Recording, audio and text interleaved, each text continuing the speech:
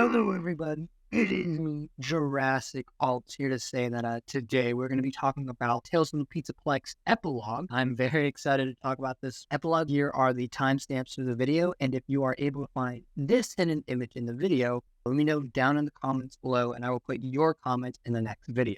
Let's get started. So the story starts off with Kelly and Lucia trying to find a way out of the pizzeria, and Lucia has an idea of maybe if they get into one of the costumes, the mimic might not be able to recognize them. So they find a crumbled kind of wall that has crumbled cement, and so they start trying to break at it with the broken apart endo arms, and then the mimic comes near and they go into the costume. Then the mimic leaves, but then Lucia decides that she should stay in the costume a little bit more just in case the mimic comes out, and the mimic does come out. One of the costumes that it was hiding in right next to them, the mimic crawls out of the costume, and then the mimic joins Kelly and brushes her in the costume. So some stuff that I kind of wanted to mention is that they mentioned the mimic's point of view, which was really interesting and cool. Now, I thought that was really cool that they mentioned that, like, it wasn't able to see through walls, or it could, like, declare what was a wall and what wasn't a wall, which I thought was cool and interesting. They mentioned a baby plushie, and the mimic rips off its arms, legs, and head, because in Ruin, it doesn't seem like the mimic tries to tear her apart. It kind of just reaches for her. When we are in kind of the mimic's point of view, it mentions that the room that it is in doesn't have any doors, and that's because the door that it came in from was blocked off. The mimic programming says that it's not programmed to be trapped in it with no doors, so it decides to go through the vent. So that could explain why there's a cement wall that we see, because that was probably a door at some point. We see here, it does look like a door, but I think Gregory and Cassie blocked it off, made sure that the mimic didn't get out. We do have an elevator, but it doesn't seem like the mimic knows about the elevator, or at least maybe doesn't know how to use an elevator. They mentioned that the mimic changed his form to fit inside of the vent, which is so cool.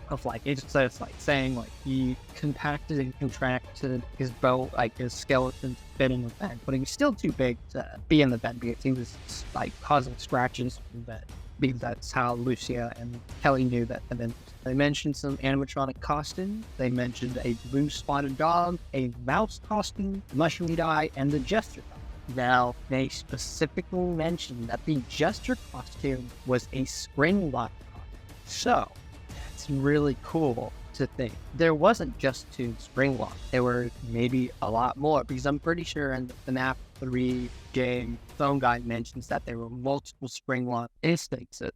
After learning of an unfortunate incident at the sister location involving multiple and simultaneous Springlock failures, the company has deemed the suit temporarily unfit for employees. You will be expected to wear the temporary costumes provided to you. Keep in mind that they were found on very short notice, so questions about appropriateness/relevance should be deflected. But this Springlock, the jester Springlock, mentions that it had wide eyes and a big red smile. We do see a Springlock suit in a sister location, so this could be maybe the jester costume that we see. If that is the case, that kind of brings up some interesting things. Baby does say that the suit was used, but not for the right way. I don't think it was ever used. At least not the way it was meant to be used. Too dangerous. So this could mean that Baby did see the mimic wearing the suit. If there was a person in the Springlock suit, they wouldn't survive unless it was spring trap. But I don't know, it just seems interesting. They mentioned that the concrete that Kelly and Lucia are trying to break is when it's wet, it's malleable and moldable and breakable. This will come up in a future theory video. They mentioned that the mimic has a new look, which I kind of thought was, they mentioned it had a spider-like look with a kind of proboscis. If you don't know what a proboscis is, that the little tube thing that mosquitoes have. And it just seems weird that it specifically mentioned that it had a spidery look. At the beginning of the epilogue, they mentioned that the mimic had bunny ears and had no correlation to a spidery look. When I was talking about the spidery kind of look, it reminded me of DJ Man. Bouncer DJ Man technically has Mimic 1 program. could this be a reference to Midnight Motorist with the orange guy getting kicked out of juniors?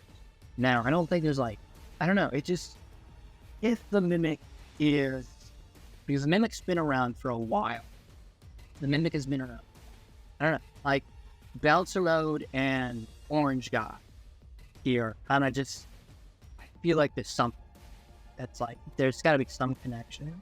At the end of the story, Kelly gets, I don't want to say fused together with the Mimic, but joined together in a talk. When this first came out, a lot of people are making the comparison of Bear Trap. Bear Trap is a rabbit. The suit that Kelly was in was a balloon dog, not a rabbit. Here is the timeline. I will put the story here and where I think Bleeding Heart will go. To hell with Bleeding Heart. And yeah, thank you guys so much for watching. It means so much you took the time out of your day to watch it. Guys, we got one more book. I'm going to do the one more book, make the videos. But I'm very excited. This next book. This is the final one. And then we get to do the big theory video on the timeline. It's crazy. I am so proud of this series.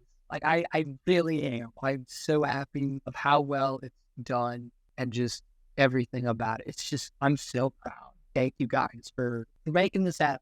I don't want to drag on too long, but thank you guys so much for watching. It means so much to me to time out of your day to watch this video. Remember, shaving cream and, I don't know, light bulbs. I don't know.